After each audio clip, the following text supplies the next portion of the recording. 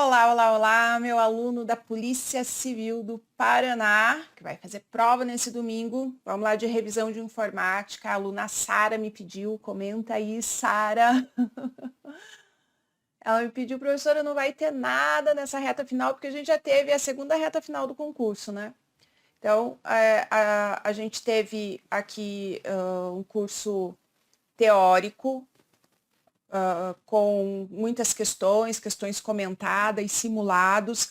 E aí, quando chegou a reta final lá em abril, a gente fez, acho que faltavam uns 20 dias para a prova, e a gente fez um simulado inédito por dia. Então, mais ou menos uns 20 simulados, eu não lembro certinho o número agora. Mas pensa, um simulado por dia, né? E agora, de novo, chegamos na segunda reta final do mesmo concurso, né? Coisas da vida, enfim.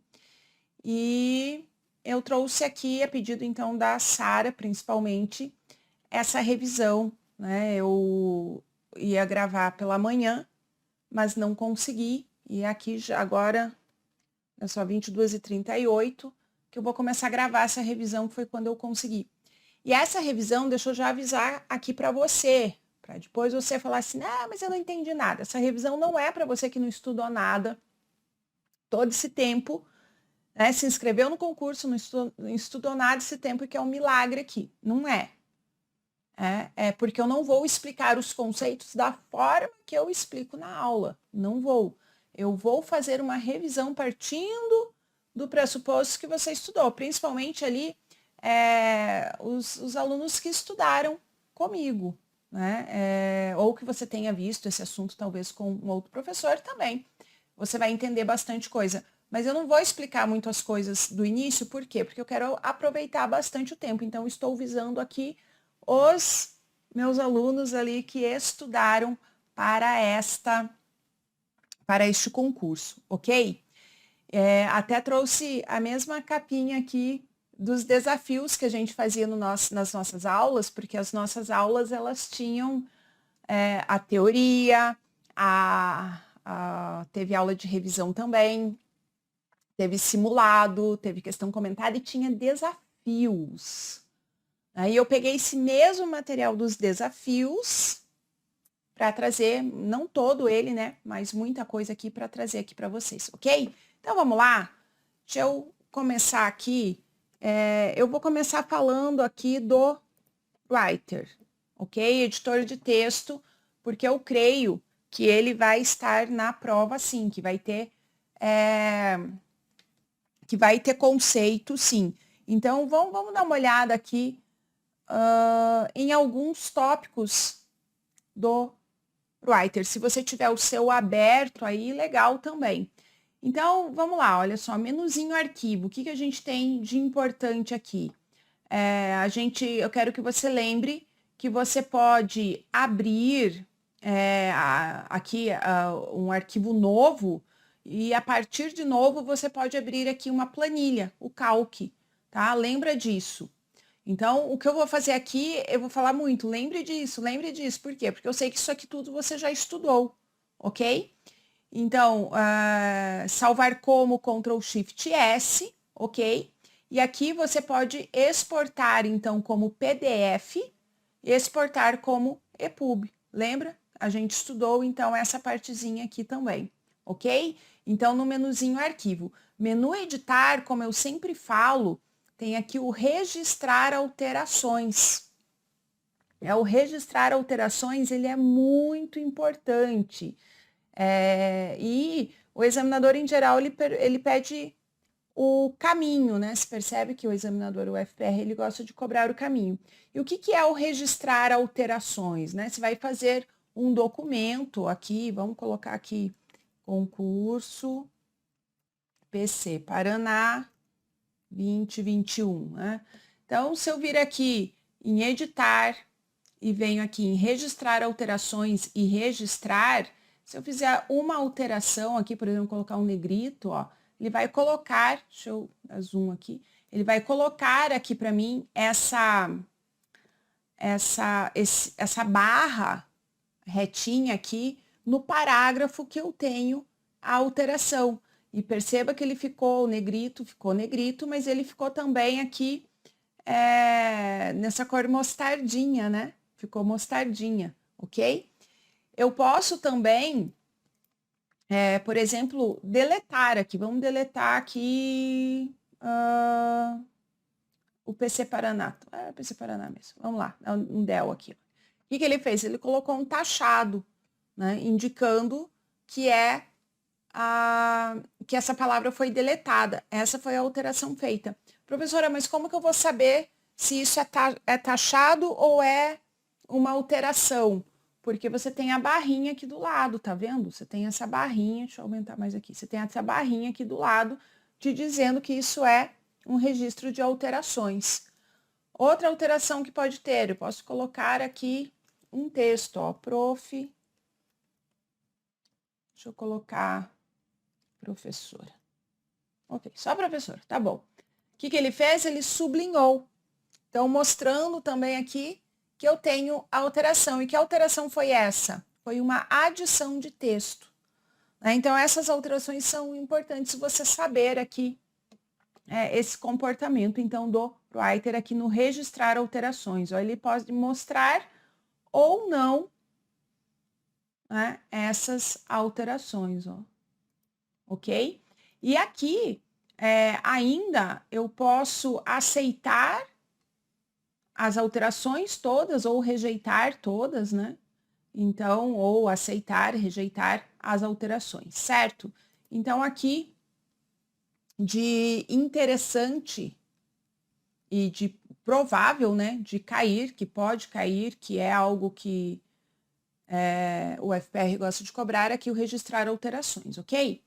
Então, aqui no menuzinho editar, lembra que tem o localizar e o substituir, o ir para a página, né? Que ele só vai abrir aqui essa caixinha de diálogo para você digitar aí que página que você quer ir, né? Essa navegação aí automática, ok? Então, isso que é importante. Menu exibir, o que a gente tem de importante? Olha só, os modos de exibição só tem normal e como página web. E aqui, gente, eu tenho marcas de formatação, que é o Ctrl F10, lembra? Ele coloca aqui esse símbolo quando eu tenho,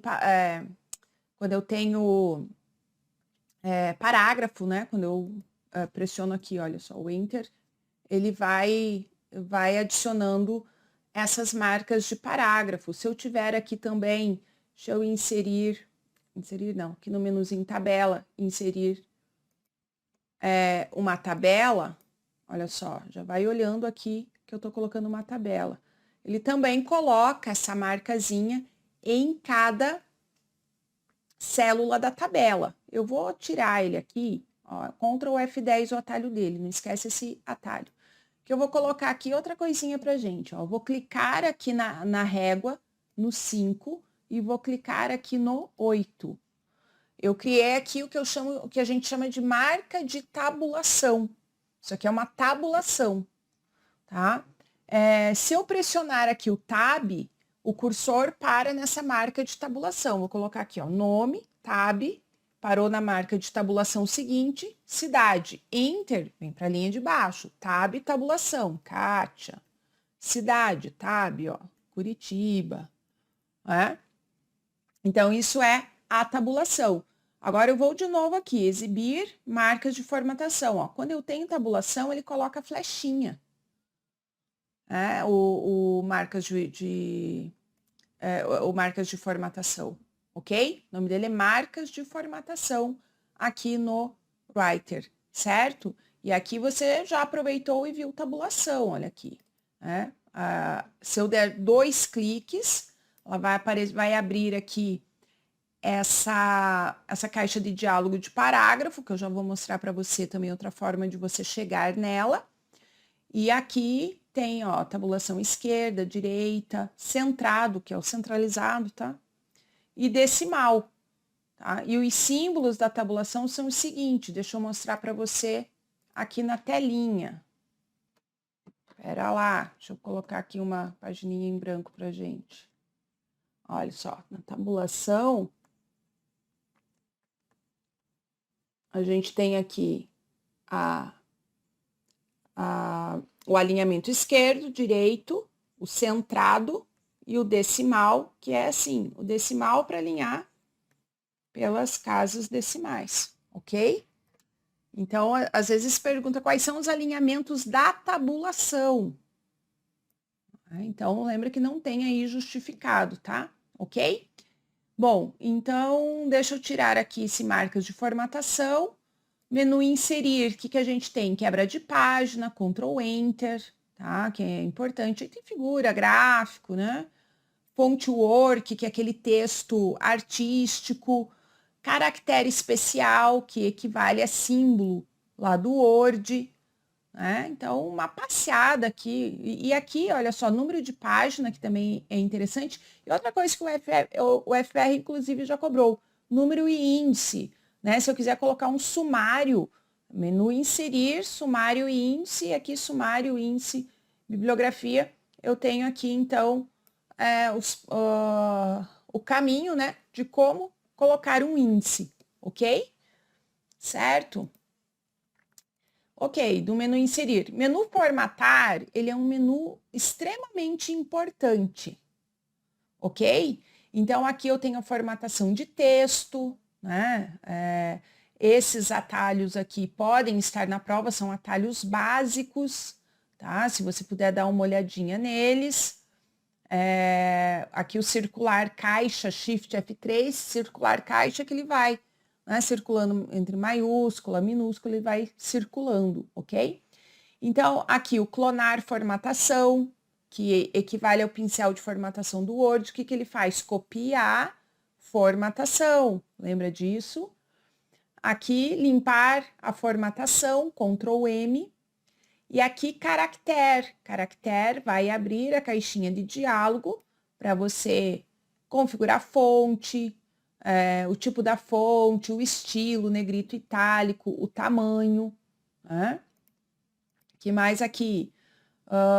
Parágrafo, que aí abre aqui a tabulação, né? Que a gente foi antes pela régua, duplo clique lá na marca de tabulação, mas eu também posso vir pelo menu formatar parágrafo. Então, aqui, o que eu tenho de importante? A tabulação, eu tenho aqui capitulares. O que é capitular, professor? É aquele não, aquele caractere em tamanho gigante no início do teu texto, que é muito comum em revista, em jornal, né? Então, ali, a capitular. Aqui eu tenho o recuo e o espaçamento, né? Posso configurar recuo e espaçamento, o alinhamento, né? A esquerda, direita, centro e justificado. Tá? Então, de importante isso, ok? Depois, o que a gente tem? Marcadores e numeração. E aqui, configurar página. O que a gente tem em configurar página de importante? Olha só. Tem aqui o formato do papel, A4, né? Ofício, tá? As margens, né? Que a gente tem aqui. Então, aqui essa configuração de página, certo? Então, formatar página. Formatar coluna, marca d'água, tudo isso no menu formatar. Outro menuzinho importante para a gente é o menu ferramentas, que eu tenho aqui em ortografia, o F7, e verificação ortográfica automática, o Shift F7, e o dicionário de sinônimos, o Ctrl F7. Tem aqui também idioma, e dentro de idioma, hifenização. Então, eu já vi muitas questões de prova perguntando onde que está a hifenização no Writer. Então, no menu ferramentas em idioma, ok? Então, e contagem de palavras, que também sempre cai em prova. Eu tenho aqui da seleção e de todo o documento. Então, o que está selecionado, vamos selecionar um texto aqui. Olha só. Vamos lá de novo, contagem de palavras. Tá aqui, olha só. Então, quantas palavras selecionadas, quantas palavras tem no documento, caractere incluindo espaço, o que está selecionado, o que está no documento, e caracteres excluindo os espaços, ok? Então, de importante, assim, passando todos os menuzinhos aqui para você, e veja, passando rapidão, passando aquela coisa rápida, realmente só para você relembrar dos pontos mais importantes aí do Writer, certo? Então, haja visto que você já está estudando aí, ó, há muito tempo, né, para esse concurso, há muito tempo. Bom, vamos agora então falar aqui de Calc. O que a gente vai passar aqui então de Calc para vocês? Vamos lá. Vamos para o Calc. Vou passar para você referência entre planilhas. Então, o que é a referência entre planilhas? Presta atenção aqui. Eu vou colocar em A1 o número 10, ok, da planilha 1. E agora eu vou adicionar mais uma planilha aqui, tá vendo? Olha aqui, planilha 2. Aqui em B1 eu quero mostrar o conteúdo de A1, mas é o conteúdo de A1 da planilha 1. Então, se eu tivesse na planilha 1, bastava eu vir aqui e fazer igual a 1, ok? Mas eu não quero isso. Eu quero lá na planilha 2 mostrar em B1 o conteúdo de A1 da planilha 1. Como é que eu faço? Eu vou colocar igual planilha 1 ponto A1.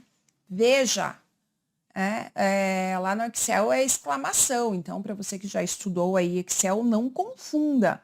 Porque aqui no Calc é um pontinho. Então, ele vai mostrar aqui o conteúdo ali de A1 da planilha 1. Agora, vamos colocar aqui em A1 da planilha 2, vamos colocar o número 20. E vamos pensar que aqui, em B1 da planilha 2, eu quero somar esse 10 que está em A1 da planilha 1 com esse 20 da A1 da planilha 2. Como é que eu faço? Vai lá, vai falando aí. Igual, soma, é uma maneira aqui utilizar a função soma. O que eu quero somar? O A1 que está na planilha 1. Então, eu tenho que colocar o nome da planilha 1. Ah, e se essa planilha tiver com o nome, sei lá, PC Paraná, tiver com o nome de outubro, é o nome da planilha, o nome que tiver a planilha, ok? Aí eu coloco o pontinho e o endereço da célula, que é A1. Ou seja, eu estou dizendo que eu quero a planilha, a célula A1 da planilha 1. Ponto e vírgula, e vou somar com o quê? Com esse 20 que está em A1. Aí eu não preciso pôr o nome da planilha. Por quê? Porque eu quero esse 20 que está aqui na planilha 2, que é a planilha que tem a minha fórmula. Né? Dou Enter aqui, olha só, perfeitinho. Então, não esquece que para referência entre planilhas no Calc é o pontinho, né? A exclamação é lá no Excel, ok? Bom, outra coisinha que eu quero mostrar aqui para você. Deixa eu colocar outra planilhinha aqui. Vamos lembrar do concatenar? Vamos lá. Deixa eu colocar aqui para gente, olha só. Vou colocar aqui. Kátia. E aqui o meu sobrenome. Lembra que a gente fez isso? Como é que a gente... Vamos pensar que eu quero aqui em C1 colocar meu nome e sobrenome. Ou seja, eu quero mostrar o conteúdo de A1 e B1. Em C1, eu quero mostrar o conteúdo de A1 e C1. Como é que eu faço? Igual A1, que é o nome, e aí eu coloco... Lembra do símbolo do concatenar? E comercial, B1. Então, aqui, concatenei. Estou mostrando o conteúdo de 2 células na C1. Aí você vai falar assim, professor, mas está esquisito. Cadê o espaço entre o nome e o sobrenome? A gente faz assim. Olha só, para colocar esse espaço, é possível? É, e cai em prova. Coloco aqui o concatenar, coloco aqui aspa, espaço, professora, por que essas aspas? Porque sempre em fórmula, né? Sempre em fórmula, se eu tiver texto, o texto tem que estar dentro de aspas. Professora, mas eu não estou vendo nada dentro dessas aspas. É o espaço, quer ver? Olha só, vamos colocar aqui E comercial de novo, concatenar, B1. E aí dá Enter, ó, ficou o espaço entre o nome Kátia e o sobrenome Quadros. Então, esse espaço só foi possível porque eu coloquei o espaço, a barrinha de espaço lá do teu teclado, entre aspas. Mas o concatenar, eu tenho a fórmula, ó, igual concatenar, a formulazinha, e coloco dentro de parênteses o que eu quero concatenar. A1, ponto e vírgula, aí eu vou colocar aqui o aspas, espaço, aspas, ponto e vírgula B1. Por quê? Porque eu quero esse espaço entre nome e sobrenome, ok? Eu posso também usar a função concatenar e A1 e comercial, aspa, espaço, aspa, e comercial e A2. Aí fecho aqui parênteses. Então, o que acontece aqui? Opa, A2 não. Eita, B1, né? B1. Então, o que acontece aqui? Percebe que eu posso separar, quando eu uso a função concatenar, eu posso separar o que está dentro dos parênteses com ponto e vírgula ou com e comercial. E posso também usar os dois, olha só, igual concatenar, vamos ver, concatenar A1, ponto e vírgula, espacinho, agora o e comercial e B1. Misturei e dá certo? Dá. Então, as várias formas de concatenar, o FPR já cobrou algumas questões aí de concatenar, por isso que a gente está trazendo aqui para você, ok? O que eu quero mostrar para você agora? Seguinte, vamos lá. Deixa eu fechar isso aqui. Vou mostrar para você agora, deixa eu apagar isso aqui.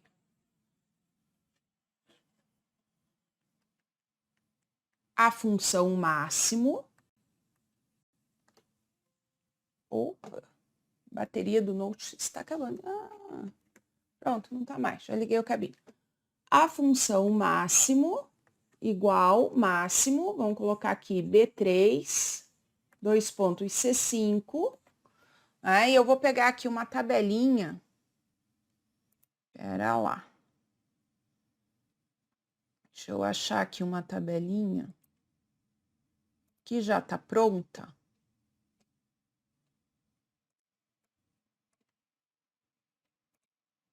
Para mostrar para você.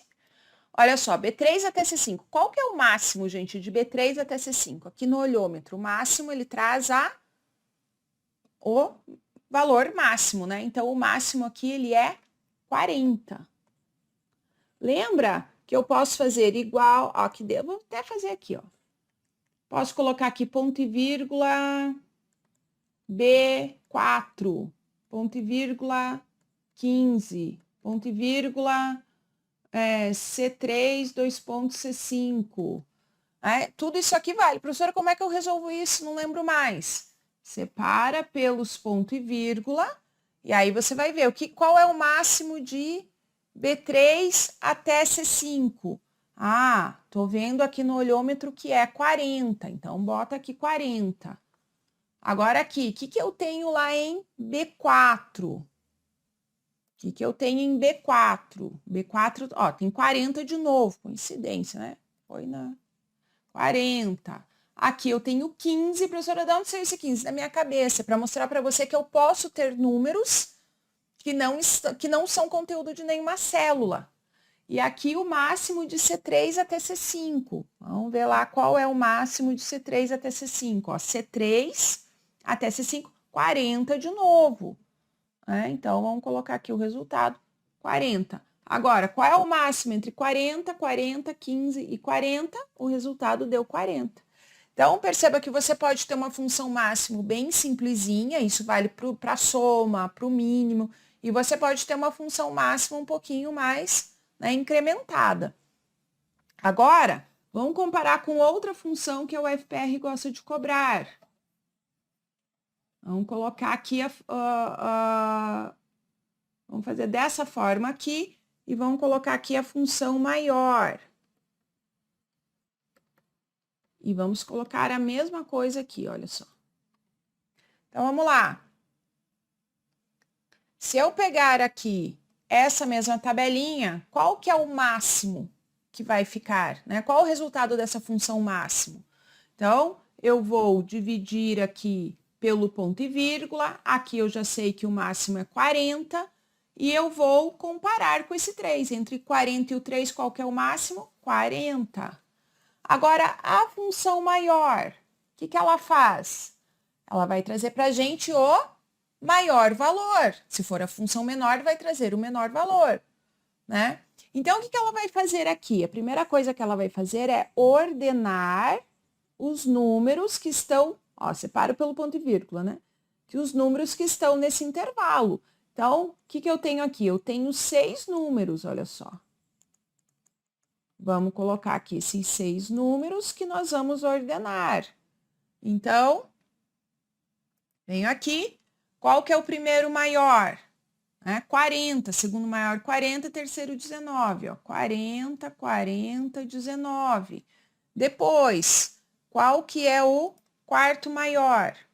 16, o quinto 2, o sexto 1. Então, aqui 16, 2 e 1. Percebe? Ordena do maior para o menor. Se fosse a função menor, iria ordenar do menor para o maior. Então, aqui, quem é o terceiro maior? É o 19. Então, aqui, eu tenho a posição do maior que eu quero nessa lista. Professora, eu precisava ter ordenado até o sexto? Não, na tua prova, se cai lá uma tabela com 30 números, né? Intervalo lá que tem 30 números e pede o terceiro maior, você vai ordenar somente até o terceiro, né? Claro. Então, lembra que na função máximo, é válido eu ter a função máximo dessa forma, ó, com essa sintaxe, tá certinho? Agora, eu não posso ter a função maior ou a função menor assim. Isso aqui tá errado, isso aqui tá errado. Por quê? Porque eu preciso ter ponto e vírgula e um númerozinho, seja, né, esse número, qual o número que pode estar aqui da posição? Não pode ter zero, não existe o zero maior, né? Ele tem que ser de 1 até o número de células que eu tenho nesse intervalo. Lembramos da função maior? Que é uma função importante. Vamos lembrar agora da função soma C. Igual soma C a 1, 2 pontos, a 10, ponto e vírgula, maior ou igual a 5. Então, o que faz a função soma C? Vai somar se atender uma condição. Então, divido pelo ponto e vírgula, eu tenho aqui o intervalo, e aqui eu tenho a condição. Professora, por que que esse maior igual 5 está dentro de aspas? Porque sempre que eu tenho operador, né, operador de comparação, vamos lembrar os operadores, ó, maior, menor, igual, diferente, maior, igual, menor, igual. Então, sempre que tem operador de comparação, aqui no soma C, no conte.c, na condição, eles vão dentro de aspas. Essa condição vai dentro de aspas, ok? Então, não esquece disso. Não esquece do sinal diferente também. Né? Então, quer dizer, eu vou procurar tudo que for maior ou igual a 5 de A1 até A10, e quando for maior ou igual a 5, o que eu vou fazer? Eu vou somar. Então, vamos lá. Vamos pensar que que o examinador tenha me dado essa tabelinha aqui. Vamos colocar aqui, ó. A linha 1, 2, 3, 4, 5, 6, 7, 8, 9, 10. Tá? Tabelinha aqui. Ok. Aqui ele tenha colocado 5, 3, 10, 1, 4, 15, 20, 3, 2, 1. Tá? Então, como que eu vou resolver essa fórmula? Eu vou procurar a condição de A1 até A10, que é esse intervalo, e o que for maior ou igual a 5, que é a condição, eu vou somar. Então, vamos lá. A1 atende a condição? Atende, ó, é 5, né? É maior ou igual a 5, vou somar. A2, 3, não atende a condição. A3, 10 é maior que 5, atende a condição, eu vou somar. A4 não atende a condição. A5, 4 é menor, né, do que 5, não atende a condição. A6, 15 atende a condição, vou somar. A7, 20 é maior que 5, atende a condição, vou somar. A8 menor, A9 menor, A10 menor, não somo. Então, o resultado aqui seria o quê? 20 mais 15, 35, mais 10, 45, mais 5, 50. Esse é o resultado deste soma C. O que que acontece? Acontece que eu posso ter um soma C diferente. Como? Vamos lá, deixa eu mostrar aqui. Deixa eu pegar outra telinha aqui. Pronto. Deixa eu mostrar aqui para você. Ó, igual, soma C. Vamos colocar aqui A1, 2 pontos, A5, ponto e vírgula, maior que 15, ponto e vírgula, B1, 2 pontos, B5. O que que eu tenho de diferente aqui? Eu tenho 2 intervalos agora. Então, deixa eu colocar aqui uma tabelinha. Vou fazer maior aqui pra gente. Vamos criar aqui na hora essa tabelinha. Ó, A, B, 1, 2, 3, 4, 5. Vamos colocar aqui, então, 15, 20, 10, 30 e 12. Vamos colocar aqui, então, 1, 2, 12, 3 e 1. Vamos lá. Então, primeira coisa que eu faço, separo pelo ponto e vírgula. O Calc vai entender alguma coisa de cada pedacinho aqui. Então, antes do primeiro ponto e vírgula, eu tenho o intervalo, que eu vou procurar a condição, ok? Aqui está a minha condição. E aqui eu tenho o intervalo, que eu vou somar se atender a condição. Veja, sempre que eu tenho célula, 2 pontos, endereço de célula, eu tenho intervalo. Né? Sempre que eu tenho célula, 2 pontos, endereço de célula, é intervalo. Então, aqui é intervalo, aqui é intervalo. O que que sobrou para mim aqui? Condição. Percebe? Então, é fácil para você na prova identificar esses pedacinhos aí. Agora, como que eu faço aqui? Como é que eu resolvo? Eu vou procurar essa condição de A1 até A5 e tudo que atender a condição, ou seja, for maior que 15, eu vou somar o que está de B1 até B5. Como assim? Vamos lá. O que que eu tenho em A1? 15. Ó, 15 atende a condição, mas eu não somo o 15, porque o 15 está em A1. E A1 eu só procuro a condição. Eu vou somar o que está em B1. Então, eu vou somar esse 1 aqui. 20, A2, atende a condição? Sim, é maior que 15. O que que eu somo? O 2, que está em B2.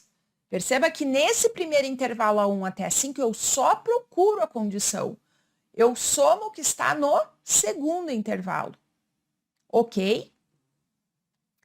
Se atender a condição, né? A3, 10, não atende a condição, não faço nada. A4, 30 é maior que 15, eu vou somar esse 3. E A5, 12, não atende a condição, não faço nada. Então, o resultado aqui, ó, 3, 4, 5, 6. Resultado dessa fórmula é 6, ok? Vamos modificar aqui? Vamos colocar aqui, ó, outra condição, aula. Lembra que a gente viu isso em prova? Deixa eu apagar aqui para a gente fazer de novo, ó. Aula. Aula. Então, vamos lá. A1 atende a condição? Não, não faço nada. A2 atende a condição? Sim, a condição é aula. Vou somar o 2, que está em B2. A3, 10, não atende a condição, porque a condição é aula. E lembra, é texto, está dentro de aspas, né? Então, não faço nada. Aula, atende a condição A4, somo o que está em B4, e A5, 12, não faço nada. Então, aqui, 2 mais 3, nesse caso, o resultado dá 5. Ok? Outra função importante que a gente tem que ver, o C, a função C. Então, vamos lá. Igual C, lembra da estrutura do C? Eu tenho 2 ponto e vírgula, né? 3 informação. Primeiro eu tenho a pergunta ou condição. O que o Excel vai fazer se atender a condição, né? Ou responder a pergunta com sim. O que o Excel vai fazer? O Excel não, o Calc, né? É a mesma coisa no Excel, no Calc, tá? Mas para nós é Calc. Que, gente, eu uso tanto o Excel todo dia que às vezes vai no embalo ali. Calc. Então, o que o Calc vai fazer se não atender a condição? Então, vamos lá. Vamos colocar aqui com o examinador. Vamos inventar aqui, olha só. Vamos colocar aqui F7 é maior ou igual a 7. Típica, né? Formulazinha, aprovada, aprovado, reprovado. Então, vamos colocar que o examinador colocou assim, ó, na questão. Se a média do aluno for maior ou igual a 7, né, ele é aprovado. Senão, ele é reprovado. É isso aqui. Então, ele deu lá uma tabelinha com, vamos colocar aqui, a coluna F, né? Vamos colocar já aqui F7, F8, vamos colocar aqui que a média em F7 aqui do aluno é 8 e aqui é 5. Então, vamos lá. F7 é maior ou igual a 7, então eu olhei que F7 é 8, eu substituo, 8 é maior ou igual a 7, sim ou não? Sim. Então, esse aluno foi aprovado. Olha só. O que o Excel vai mostrar como resposta? Aprovado. Agora, se ele tivesse colocado aqui, por exemplo, F8, quanto que eu tenho em F8? Olha aqui, 5. 5 é maior ou igual a 7? Não. Então, o Excel mostra ou faz o que está após o segundo ponto e vírgula, que está ali reprovado, ok? Poderia ter ali uma outra função, uma soma, né? Qualquer outra coisa ali que poderia ter, ok? E aí você tem que resolver para ter o resultado. Vamos criar um outro C aqui? Olha só, igual C, vamos colocar aqui, ó, E, F7 maior que 7, ponto e vírgula, F8 maior que 5. Ponto e vírgula. Soma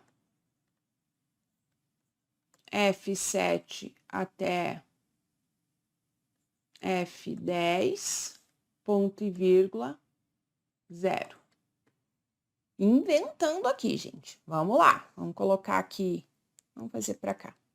Vamos colocar aqui essa tabela. F, 7, 8, 9, 10. Vamos colocar aqui. 2, 3, 5, 5. Ok, vamos lá. Não sei quanto é que isso vai dar. Não sei quanto isso vai dar. Criei agora. Vamos lá, me ajuda. Professora, o que é isso? Uma função aninhada. O que faz a função E? A função E também é uma funçãozinha ali que vai testar condições. Então, aqui, vamos primeiro entender como é que a gente começa a resolver isso. Se é uma função C, independente de eu ter outras funções dentro dela, eu divido pelos ponto e vírgula. Aqui eu tenho a condição ou pergunta.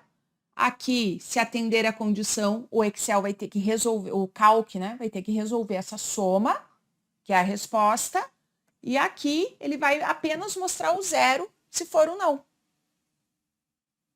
Ok? Então, vamos lá. Como é que eu vou entender essa condição? Por quê? Porque eu tenho uma função E nessa condição. O que a função E faz? Ela vai, aqui esse ponto e vírgula é da função E, tá? Por isso que eu não mexi nele ainda, eu vou mexer agora. A função E, eu vou dividir, então, ela aqui pelo ponto e vírgula. E eu tenho dois testes lógicos aqui. Se os dois testes derem verdadeiro, o resultado da função E vai ser verdadeiro. O 1 equivale a verdadeiro, tá? Porque o resultado ali no calc, dependendo da versão, ele é o 1. E se um desses testes ou os dois forem falso, o resultado do E vai ser falso. Tá? Então, vamos lá. Olha só, F7 é maior ou igual a 7. O que eu tenho em F7? 2. 2 é maior que 7? Maior ou igual? Não, só maior, né? 2 é maior que 7? Não. Então, aqui já dá falso, ó. Tempo de prova, eu nem preciso resolver o outro E. Porque se tiver um E falso, uma condição falsa no E, já o resultado dessa fórmula é falso. Então, nesse caso aqui, qual que é o resultado desse E? Falso. O falso, gente, equivale ao não. É como se eu não atendesse a condição, respondesse a pergunta com não. Então, o calc vai mostrar o que está após o último ponto e vírgula. Se fosse sim, ele iria fazer essa soma, ok? Ele iria fazer essa soma se fosse sim, né? Se o resultado desse E tivesse dado sim, ok? Então, lembrou do E? Passei lá para você a função E, a função OU, né? O OU tendo um resultado positivo, já o resultado da função, da fórmula ali vai dar positivo, né? Não esquece, então. Bom, outra função importante aqui para o FPR é o PROC-V, né? Vamos relembrar o exemplo que a gente tem, ó. PROC-V, D13, ponto e vírgula, B2 até E11, ponto e vírgula 3, ponto e vírgula 0. Então, deixa eu mostrar aqui para você no calc a tabelinha que eu tenho, que aqui é importante. Deixa eu só encontrar ela aqui. Aqui é importante que a gente veja essa tabelinha. Vamos lá, aqui, olha só. Então, o que o PROC-V ele faz? Procura um valor na vertical. Então, aqui eu tenho uma tabela de peças. Vamos supor que eu chegue lá na mecânica, né? Professora que entende de carro, que é uma coisa, né? Eu chego na mecânica, eu quero o preço do alternador. Aí a pessoa vai lá, A002 é o código, digita o código e o PROC-V procura o valor na vertical, ele procura o valor do alternador. Percebe? Então, é isso que o PROC-V faz. Quero o valor do disco de freio, A008. Trouxe aqui o valor do disco de freio, ok? Então, é isso que faz o PROC-V. Eu tenho que entender o que é que tem em cada pedacinho da minha fórmula. Como a gente já sabe, né? Divido pelo ponto e vírgula. O que o calc entende desse primeiro pedacinho na função PROC-V? Aqui eu tenho o valor procurado. O calc vai procurar esse valor nesse intervalo. Olha só, intervalo, gente, B2, 2 pontos, E11. Ou seja, endereço de célula, 2 pontos, endereço de célula. Isso é intervalo de célula. Então, concorda que quando eu digito essa fórmula na célula do calc, ele me dá um resultado? Vai me dar um resultado, logicamente. Esse resultado ele vai procurar numa célula, é o conteúdo de uma célula. Qual célula? É isso que a gente vai descobrir, né? Então, o resultado aqui, ele vai ser uma célula. Uma célula é o quê? Coluna e linha. Coluna identificada por letra e linha por número. Então, quando eu procuro D13 de B2 até E11, dessa procura aqui, eu vou encontrar a linha. Claro que eu vou encontrar uma célula. Qual célula que está D13 em B2 até E11? Mas o que importa para mim é a linha. Então, vamos olhar como é que funciona aqui no Calc, naquela tabelinha esperta ali que a gente tem. Olha só. Então, o que eu tenho em D13? Ó? A008. A008, vamos colocar aqui. Eu vou procurar A008 de B2 até E11. Vamos lá, então. De B2 até E11, e ele procura aqui na primeira coluna do intervalo, tá? Se tivesse outro A008 no restante da tabela, é aqui na primeira coluna. Então, ele está aqui na célula B9. Ok, célula B9, ó, B9. Está lá na B9. Vou colocar aqui. Tá o resultado aqui deu B9. Mas só me importa a linha, o número, ó.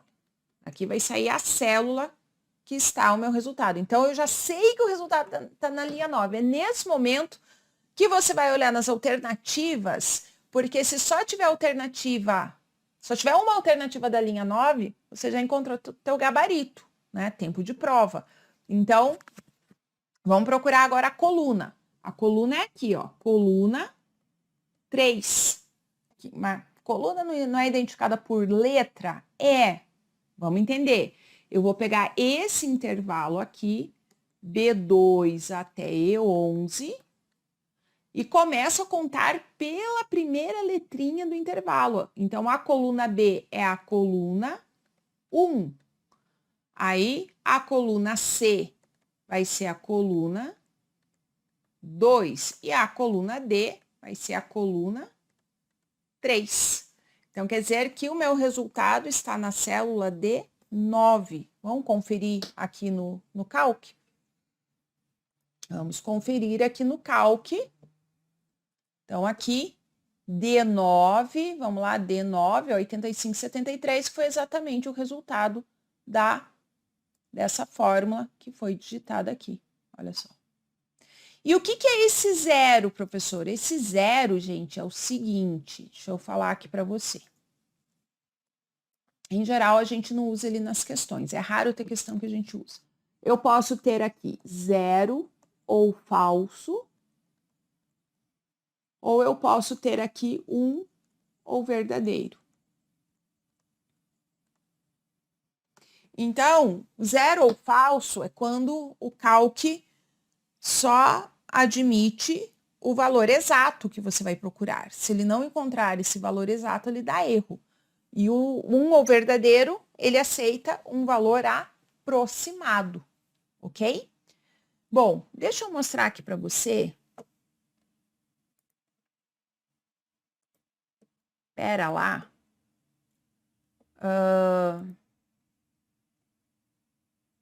A função mediana. Vou mostrar aqui para você. Função mediana. O que faz a função med? Função mediana não, função med, que calcula a mediana. O que é a mediana? É um número central, tá? Então, veja que o resultado aqui, ó, 1, 2, 3, 4, 5, o número central é o 3, né? Agora, vamos trocar aqui, vamos colocar o 3 aqui e o 4 aqui. O que ele faz? Continua sendo 3. Por quê? Porque ele ordena esses valores. Ele ordena esses valores. Ele vai ordenar e o número do meio, o central, que é a resposta. Tá, professora, e se eu tiver aqui números, né? 6 números. Qual que é o central de 6 números? Não tem. Então, o que ele vai fazer? Ele vai pegar os 2 números centrais, eu já vou deixar aqui ordenado, olha só. Tá? Ele pega os 2, soma e faz a média, né? Que daí aqui deu 3,5, olha só. Certo? Então, aqui, essa função mede. Uma aposta aí para você na tua prova. Ok? Bom, então, de função, isso que eu vou passar para você, certo? Agora, deixa eu mostrar aqui para você. A gente vai falar um pouquinho agora aqui, deixa eu beber uma aguinha aqui. Olha, 50 minutos de aula. A gente viu, deu uma passeada ali no Writer, né? E a gente viu, assim, umas funções bem importantes do Calc. Eu vou trazer para vocês agora aquele desafio, vários desafios que a gente fez nas nossas aulas. Vamos começar aqui com o de redes, tá? Para você lembrar. Então, vamos lá. A classificação de redes quanto à abrangência de redes, né? Então, a distância que esses computadores estão um dos outros, né? A abrangência. Então, a gente tem aqui a rede PAN, que é a rede pessoal, né? Os computadores estão dispostos, os dispositivos, né, estão muito perto um do outro, como, por exemplo, né, a caixinha de som com o smartphone, né, é uma rede PAN, uma rede pessoal. A rede LAN local, que é os dispositivos estão aí na distância aí dispostos, né, num condomínio, numa empresa, uma rede local. A rede MAN metropolitana, cidade, região metropolitana, e o WAN, que é aí os dispositivos, né, estão geograficamente distribuídos, né, então pelo mundo. Então, já vi questão da UFPR colocando um W, não só o UFPR, né, mas também na frente aqui. E o que eu tenho? Eu tenho uma rede wireless, né? Uma conexão. O que é o wireless? O wireless é a comunicação sem cabo, tá? Comunicação wireless, sem fio, né? Não guiada, pode ser chamada também. Guiada com cabo, não guiada sem cabo. Lembra disso? Então, se eu tiver ali uma WLAN, por exemplo, é porque é uma LAN wireless. Esses dispositivos, né, se conectam, mas sem cabo, ok? E se eu tiver só LAN, provavelmente ele vai estar cobrando o conceito aí mais simples. Quando eu tenho o Wzinho, geralmente ele está cobrando o wireless, geralmente, né? Ok? Então, aqui é a classificação de abrangência, então, das redes. Meios de transmissão. Trouxe aqui para você o cabo UTP, que também pode ser chamado de par trançado, crossover, né? E o conector dele é o RJ45. Pode cair na tua prova o STP também. O que é o STP?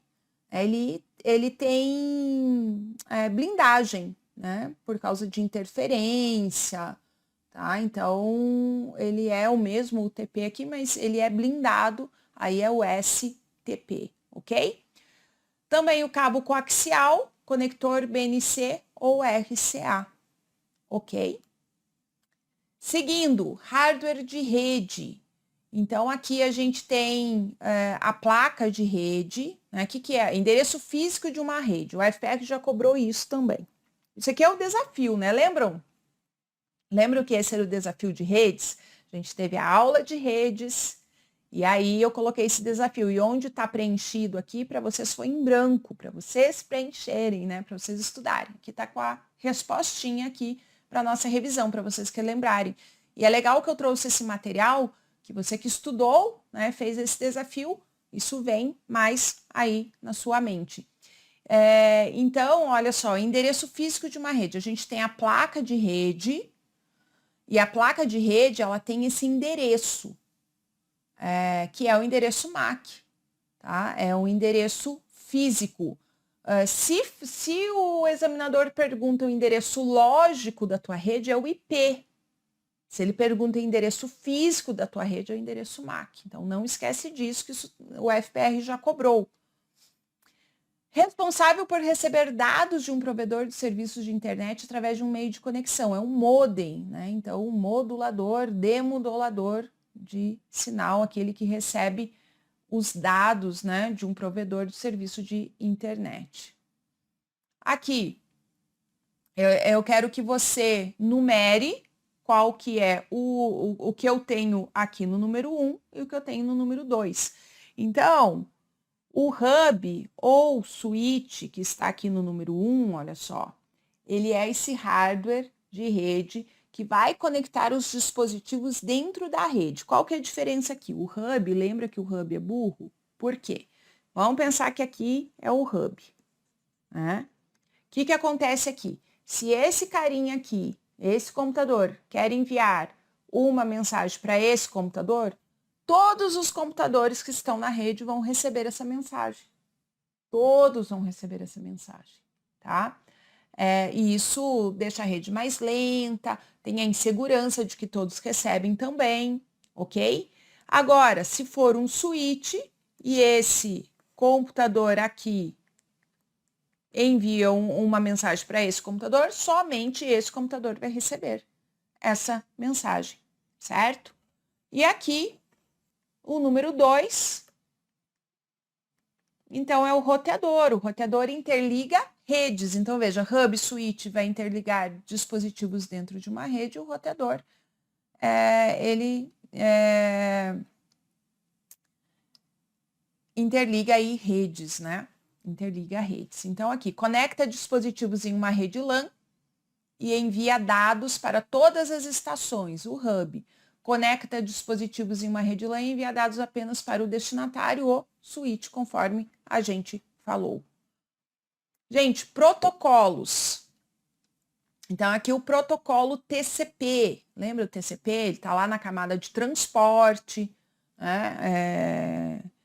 Quando a gente fala aí de camada, né, no modelo OSI, TCP, ele está na camada de transporte. Então, lembra que ele é orientado à conexão, confiável, numera os pacotes de informações, verifica e entrega todos os pacotes e é lento. Lembra daquele desenho do servidor e do cliente? Ó, cliente e servidor.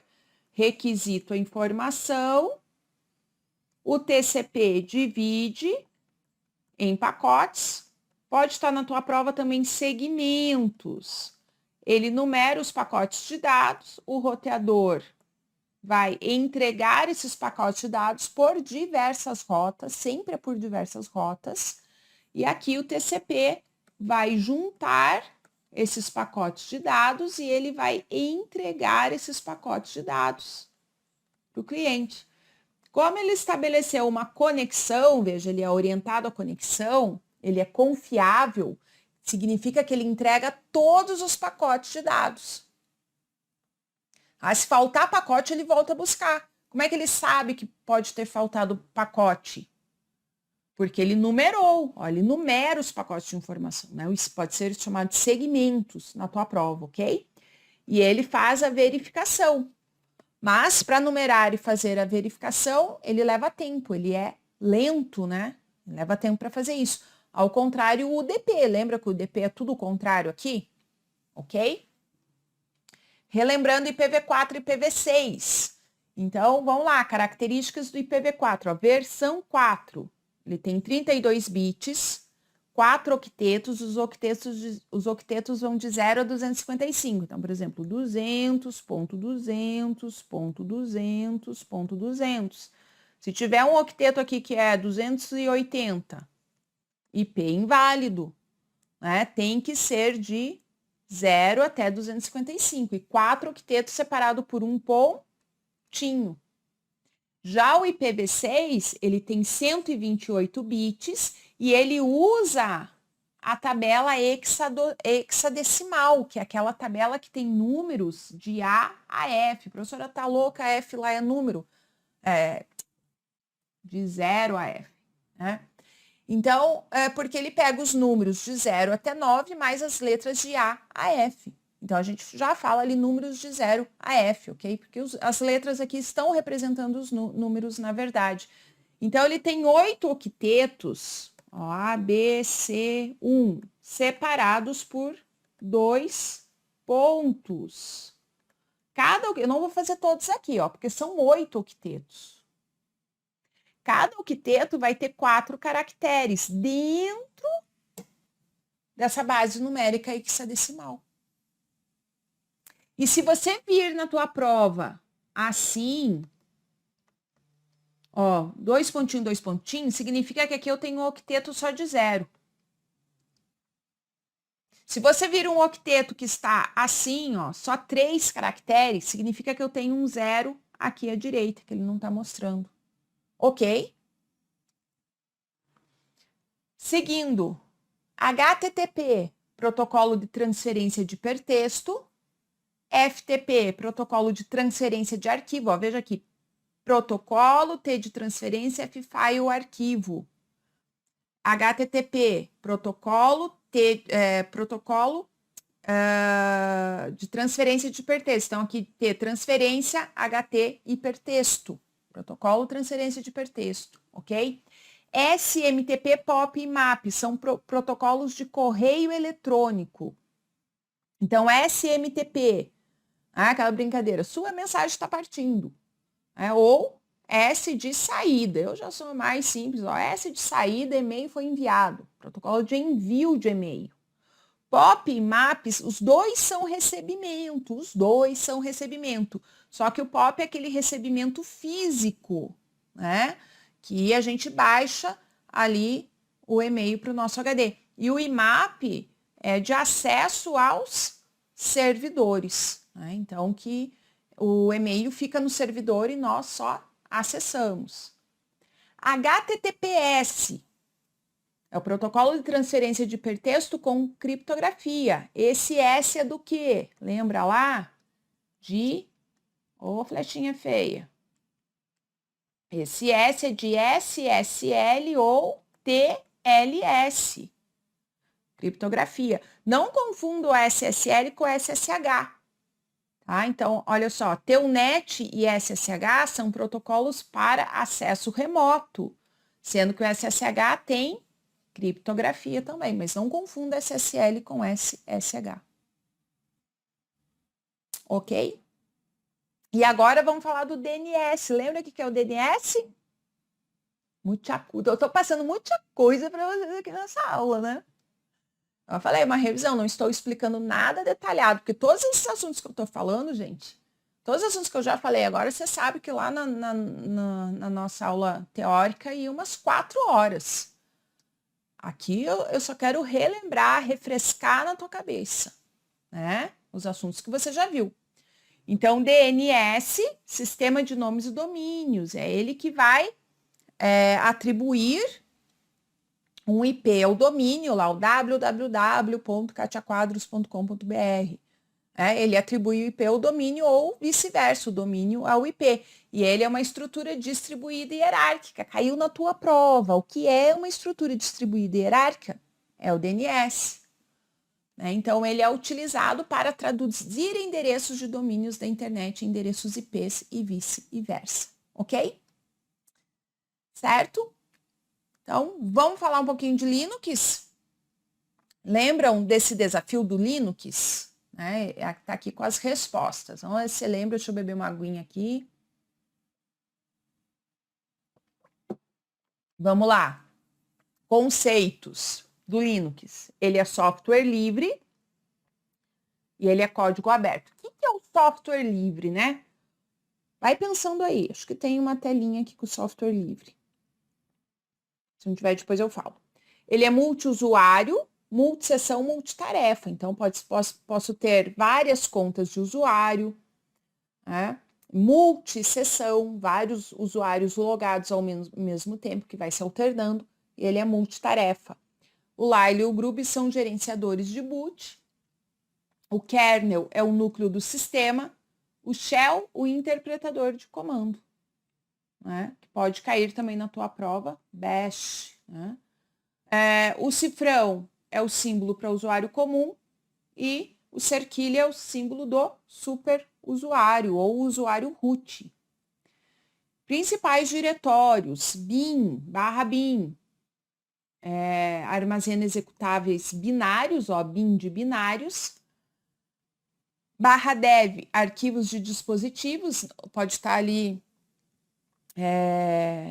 device, né? Dev é de device, são os dispositivos de entrada e saída. etc, que sempre cai, arquivos de configuração. /home, o diretório pessoal. lib, biblioteca. root, administração do sistema, usuário root, ele é o administrador, então são os arquivos de administração do sistema.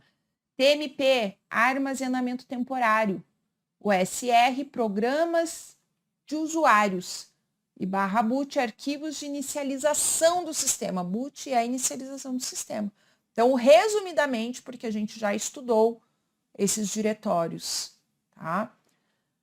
Alguns comandos: cd, abrir diretório, cp, copiar, mkdir, mk, make, dir, criar diretório, mv, mover, tá?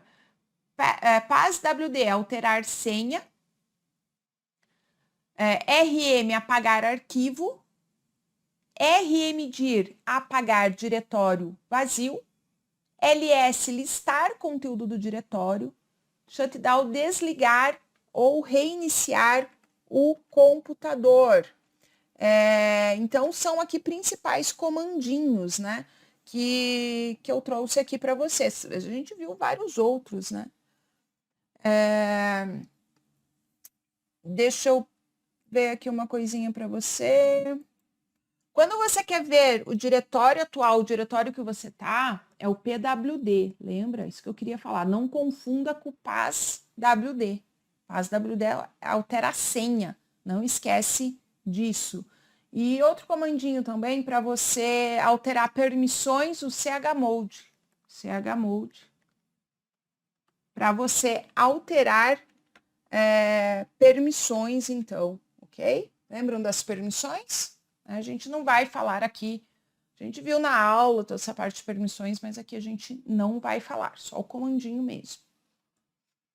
E o software livre que eu falei para você, então, que você pode, você tem as liberdades, né, que executar o programa para qualquer propósito, estudar seu código-fonte, modificar, distribuir, são as liberdades, e para ser software livre, ele também tem que ser código aberto, ok? Bom, vamos falar aqui de internet agora. Pesadão, né? Revisão pesadona, cheio de conceito aqui. Bom, conceito aqui simplesão, ó, de cookies. O que são os cookies? Pequenos arquivos que os sites armazenam nos nossos computadores para reconhecer o que a gente faz no site dele, para coletar informações sobre o que a gente faz, né? Então, esses são os cookies, eles não, lembra, ele não é vírus, ele é lícito, ok? E aqui, comparando internet, intranet e extranet. Então, vamos lá, internet é uma rede pública, intranet, rede privada. Quando a gente fala privado, privado a quem? Aos funcionários e colaboradores dessa empresa. Tá?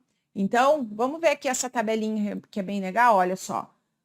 Na internet, o tipo de acesso é aberto, na intranet privado e aí a extranet controlado. Na internet, o público é mundial, a intranet são membros da organização, como eu falei, funcionários e colaboradores, e na extranet são parceiros comerciais, como, por exemplo, fornecedores, os clientes vão acessar a extranet. Tipo de informações, internet geral, intranet proprietárias, extranet compartilhamento seletivo. E aqui, outro resumozinho interessante, ó, internet, rede pública mundial, padrões e protocolos multiplataforma, intranet, rede privada, corporativa, mesmos protocolos de serviço da internet. Isso sempre cai. Gente, não importa a rede, os protocolos são os mesmos. Sempre essa comparação entre internet e intranet.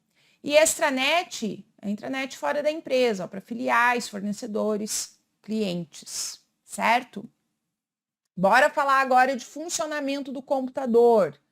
Lembra aqui? Partes do processador, né? UC, unidade de controle pula unidade lógica e aritmética. E aqui, registradores. Quem são os registradores? Memória, que trabalha ali somente com o processador, né? Memória que trabalha somente com o processador, então os registradores são partes do processador. Medição de memória, lembra aqui? Representação exponencial, tenho aqui o conceito para a gente completar. Então, esse Bzinho minúsculo, o que ele é? O bit, né? Que é aqui o 0 ou 1. Também pode cair na tua prova que o bit é a menor unidade de informação que o computador consegue entender. E esse B maiúsculo é o byte, que é o conjunto de 8 bits, ou um caractere. Kbyte igual a 1024 o quê? Bytes. Eu tenho aqui o 2 na décima, né? 2 na décima, a representação exponencial. 2 na décima é igual a 1024. Megabyte é igual a 1024 kbytes, representação 2 na vigésima. Gigabyte, 1024 megabyte, representação 2 na trigésima. Terabyte, 1024 gigabyte, representação 2 na quadragésima. Ok? As memórias, vamos relacionar aqui. Memória ROM, RAM e cache, né? Então, qual que é a memória de acesso aleatório? Memória RAM, né? Memória RAM também é chamada de memória principal, memória é uma memória de acesso aleatório, né? Tudo que você executa no teu computador vai para a memória RAM, não vai para o HD, gente. Se executa no HD, vai para a memória RAM, e o processador sempre busca na memória RAM os dados, né, as informações para ele processar, nunca vai buscar no HD. Memória não volátil, né? Então, memória, o que é uma memória volátil? Memória volátil é aquela que quando não tem energia elétrica, você perde tudo que tem nela, como a memória RAM. A RAM é volátil, né? Então, aqui memória não volátil é ROM. Memória intermediária entre RAM e processador. A cache, lembra que a cache aumenta a velocidade de processamento e ela é intermediária entre a RAM e o processador. A gente viu o porquê de tudo isso na aula. Aqui a gente só vai relembrar o mais importante. Próximo, objetivo é aumentar a velocidade de processamento. 3, a cache, né, que eu acabei de falar. E memória somente de leitura, 1, memória ROM, é uma memória somente de leitura, né? Os dados vêm gravados pelo fabricante, né? Então, não esquece disso.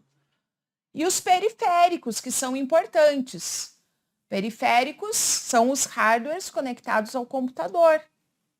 Então, a gente tem aqui periférico de entrada, que é utilizado para enviar os dados para o computador. Saída, nós, usuários, recebemos essas informações, esses dados processados. E entrada e saída, né, ou misto, ou híbrido, é aquele hardware que serve para as duas coisas, né? Para você enviar e receber aí os dados, ok? Então, o scanner é entrada, né? O teclado é entrada. A impressora, saída. Plotter, o que é plotter, professor? É uma impressora para imprimir lá plantas, né? Então, ela é saída também. A multifuncional. Multifuncional tem scanner, tem impressora, então ela é entrada e saída. O modem também é entrada e saída. Placa de rede, entrada e saída, recebe e envia o sinal, né, de rede. E a webcam é o quê? Ela é entrada.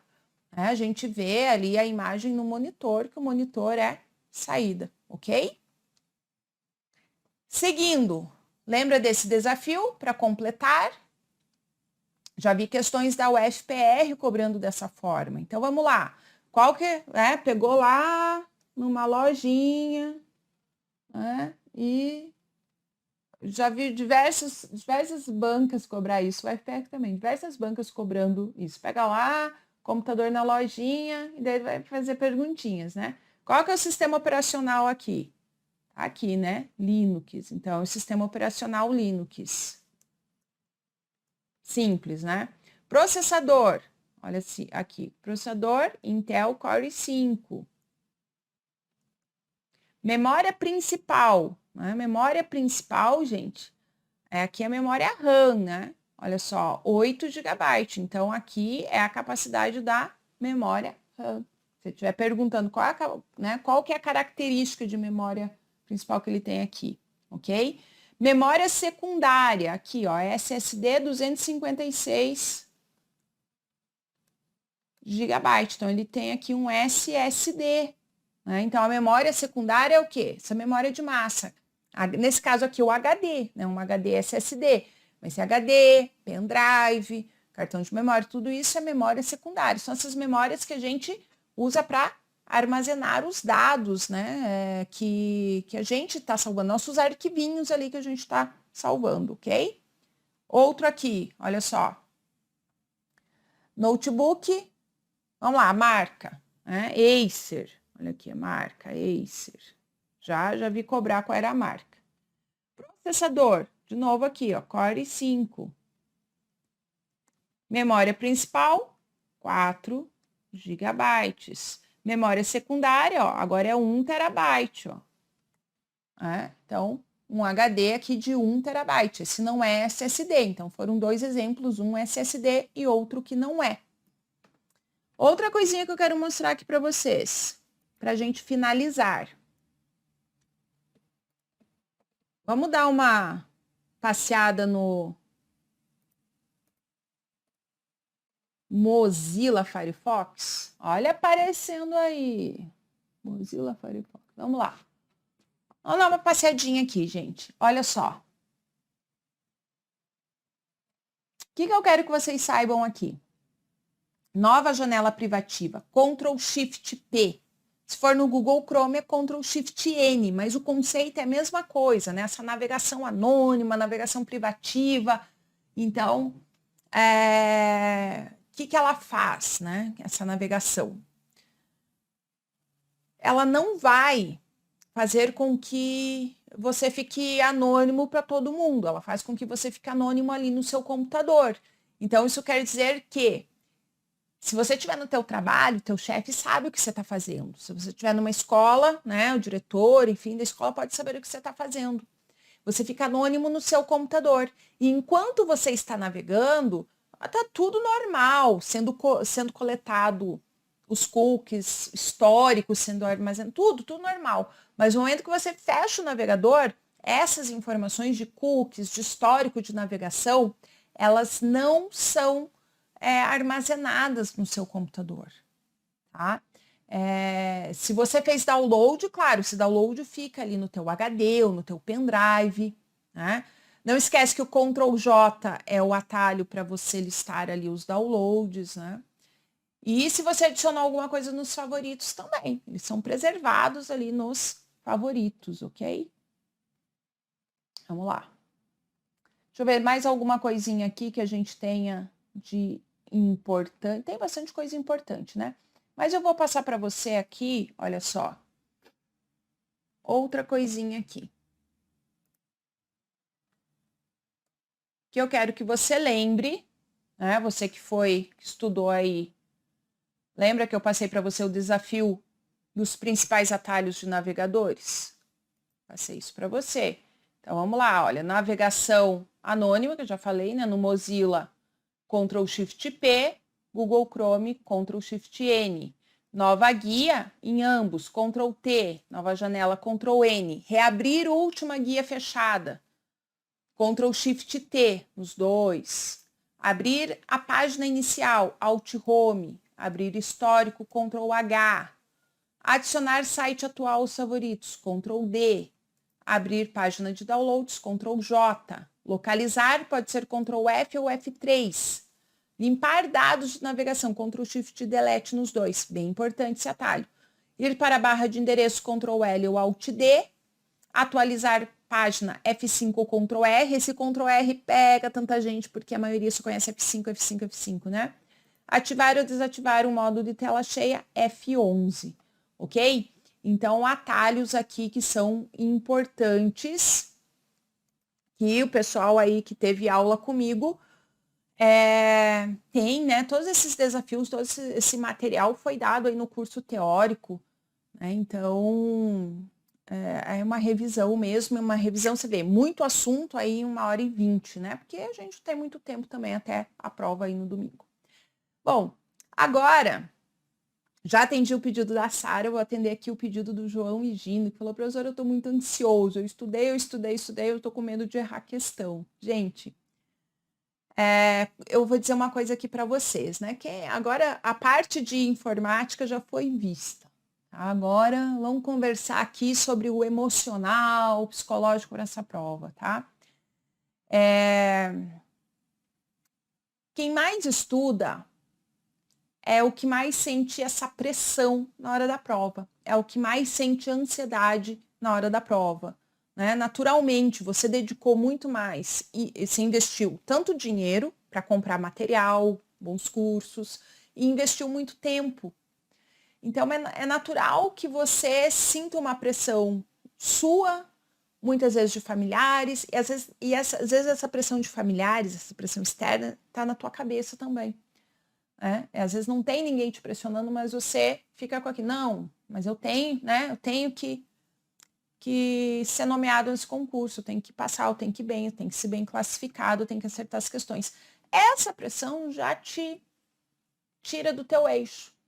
Essa pressão tua, principalmente tua. Ah, tem pressão externa, esquece, né? Eu sempre falo que o ouvido, ó, ele é retinho assim, porque as coisas ruins entram aqui, ó, passa reto, sai por aqui, tá? Então, não pensa nisso, pelo menos no dia da tua prova, não pensa em pressão. Pressão pode prejudicar o teu desempenho na prova, ok? Essa ansiedade, ela é natural, mas a gente pode lidar com ela de uma forma melhor, né? De uma forma que ela não atrapalhe você na prova. Então, algumas dicas que eu dou aqui, e que você já deve ter ouvido algumas delas.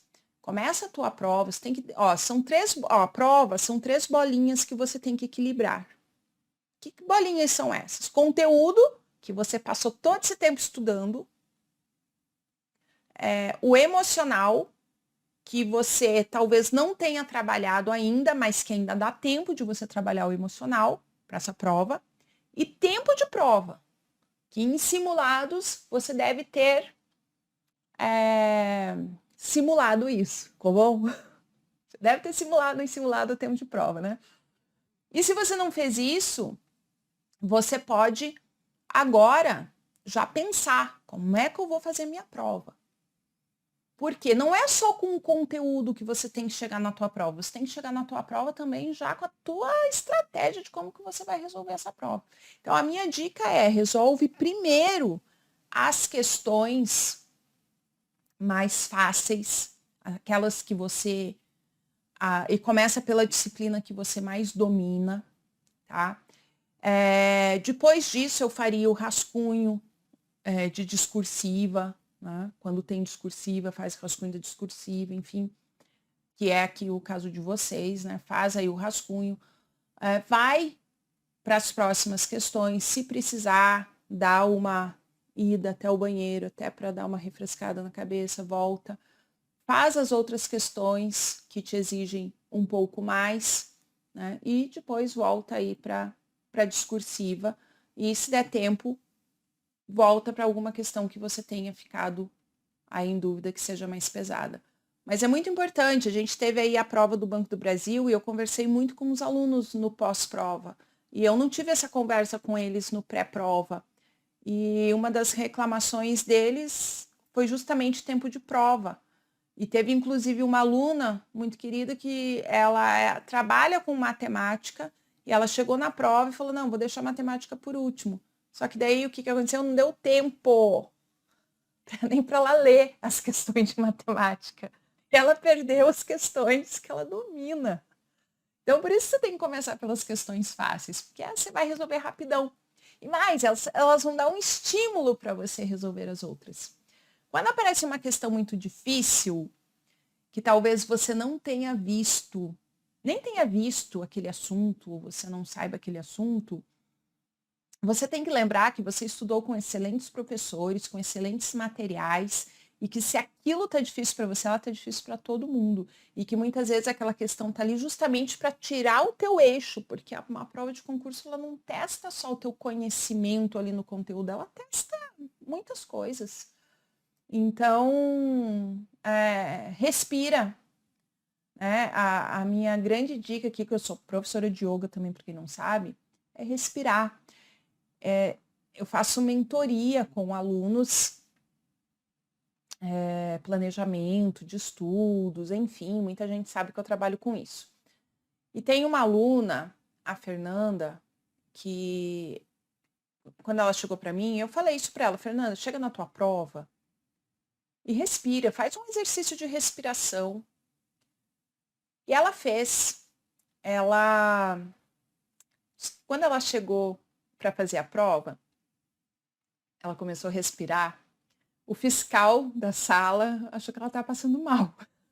Ela continuou, ele viu que não. E simplesmente ela gabaritou a prova. Exatamente, ela gabaritou a prova. E a respiração é muito simples, é respirar, inspirar e expirar lentamente, né? Vamos fazer uma vez aqui, ó.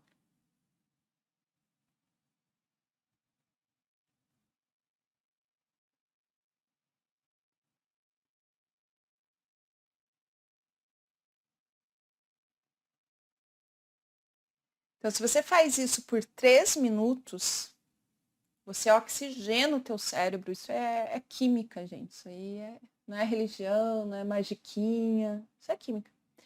Você oxigena o teu cérebro. Pode ver que quando você fica nervoso, o que é a primeira coisa que pega? A tua respiração. Você fica, né?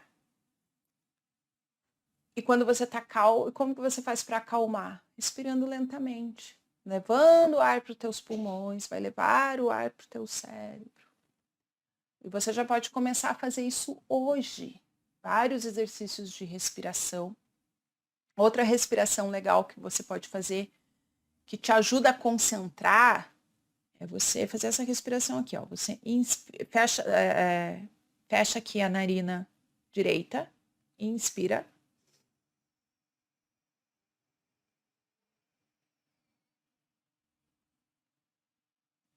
Aí fecha a esquerda e expira pela direita.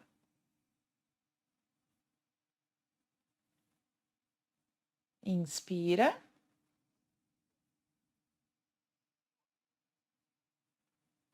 Tapa a direita. Expira pela esquerda. E fica nesse ciclo. No mínimo 3 minutos. Ficar 5, 10, melhor ainda. Né? Hoje, amanhã. Aí que você possa ficar, fazer esses exercícios quando você puder. Ele já vai começar a te acalmar, te relaxar. Quem puder ir fazer uma massagem, fazer uma corrida, uma caminhada, um contato com a natureza antes da prova, legal. Isso também ajuda você a relaxar, certo? Aqueles que relaxam nas revisões de véspera, legal também. Né? Mas quando termina a revisão, faz aí exercício de respiração, tenta tirar um pouco a matéria da tua, não a matéria da cabeça, isso nunca, né? A cabeça da matéria, para você dormir bem tranquilo, bem legal. Né? Então, procura, você sabe as coisas que te relaxam, procura um pouco de relaxamento nesses últimos dias e a respiração aí para antes da prova e até na hora da prova, se ficou ali muito difícil, melhor coisa, vou perder 3 minutos ainda, professora, ali respirando porque eu estou nervoso na prova, talvez esses 3 minutos façam você ganhar o restante da prova, né? Que você fica ali afobado, você não consegue pensar. Então, é isso que eu posso dizer para vocês, né? Que essa atenção é para todo mundo que estudou bastante, tá? Para todas as pessoas que estão indo fazer a prova também estão com essa atenção. Geral, fiz uma pesquisa ali no meu Insta e geral pegando isso, ok? E qualquer coisa que estiver pegando aí com você, manda mensagem lá no Instagram, que se tiver alguma dúvida, manda, que tô aí atendendo vocês, ok? Demais. Beijo, beijo, beijo. Tô com vocês aí nessa. E excelente prova. Beijão. Tchau.